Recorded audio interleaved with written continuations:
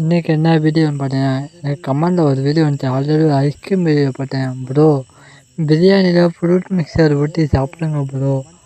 அதனால் நம்ம பண்ணலாம் சேலஞ்ச் பண்ணி எடுத்துருக்கேன். அந்த வீடியோ எப்படி இருக்குன்னு கமெண்ட் பண்ணுங்கள். அடுத்தது என்ன சேலஞ்சு பண்ணுறதே கமெண்ட் பண்ணுங்கள். இப்போ வாங்க நம்ம வீடியோக்குள்ளே போவோம். ஆனால் அதுக்கு முன்னாடி நம்ம சேனலை யாராவது புதுசாக வந்தீங்கன்னா நம்ம சேனல் சப்ஸ்கிரைப் பண்ணிட்டு பாருங்கள் மக்களே. வாங்க இப்போ வீடியோக்குள்ளே போவோம். சொன்ன மாதிரியே நம்ம பிரியாணி வாங்கியாச்சு. அதில் ஃப்ரூட் மிக்சர் ஊற்றி சாப்பிடும். வாங்க பார்ப்போம்.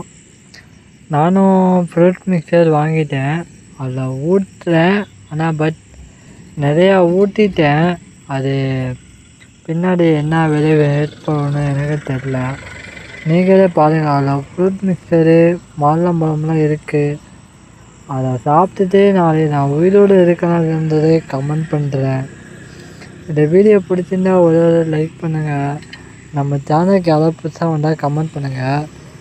இதை வாயில் வச்ச உடனே எனக்கு என்ன தோணுச்சுன்னா, வாந்தி வர மாதிரி தான் இருந்துச்சு. ஆனால் என்ன சொல்கிறது, சப்ஸ்கிரைபர் ஒருத்தர் பண்ணியிருக்காரு, அவருக்காக நம்ம சாப்பிடுவோமேனு நானும் சாப்பிட்டேன். ரிவ்யூ சொல்லுன்னு சொன்னார் நம்ம கேமராமேனு. சரி ரிவ்யூ சொல்லுவோமே. வீட்டில் யாரும் இதை ட்ரை பண்ணி பார்க்காதீங்க. ட்ரை பண்ணால் அதுக்கப்புறம் நான் பொறுப்பல்ல.